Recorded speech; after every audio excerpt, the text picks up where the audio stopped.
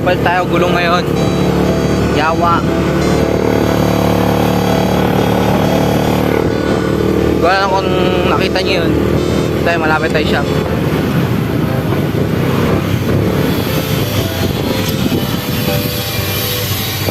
Oh, adventure din ah. Ayan na nga niyang gulong.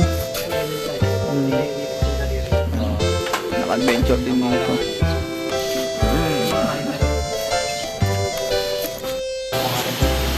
Naka-adventure X10 dito.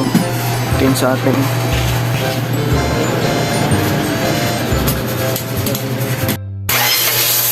Pinapaklas na nga ni Rodel. Naruse. Kaya Rodel. Kay Kuya. 6K. Pare-group daw siya. Sa atin. 9K. Mas malinis pa yung kay Kuya kasi sa akin. Naka-winglet siya. Naka-winglet. Winglet. Next time binabaklas na ni Rodel yung tambucho at yung swing arm para mabaklas yung gulong. Ano na siya? Yan, gaan. Gaan lang pala. Buhati mo yung gaan lang din. 30, 70, 30. Ang gaan lang din ng magstong. 1,250 yata nakalagay dito. Wait lang. Hindi. Alin? 1,250 nga.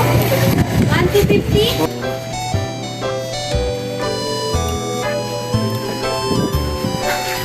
Max na to.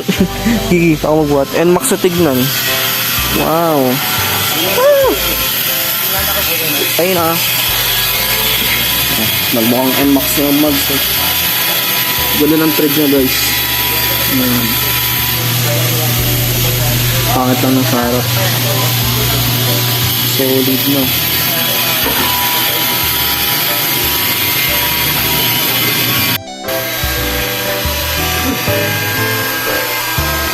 Pero mas bagay ito kapag bababaan ko ng shock eh. Saka na. Ganun nga pala itsura ng JH. Ganyan. May base tire din sila. Quick tire meron. Maxis, Keys, gripper. Yan, meron din sila. Ito lang yan sa RAE Motor Garage.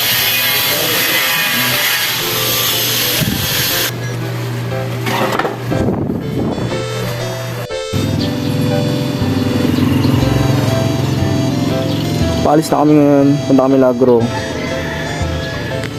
Sakit tayo doon. So this time bumabiyahe na kami and wala namang masyadong traffic and tuloy-tuloy ang biyahe. Pamalarya nga kami dumaan at diretso-diretso papuntang Lagro.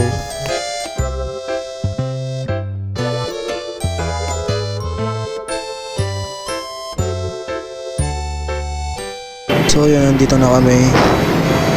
Antay ko na ng saglit yung aking mother din. So this time pauwi na kami and nagmamadali na kami pabawi kasi masama yung panahon.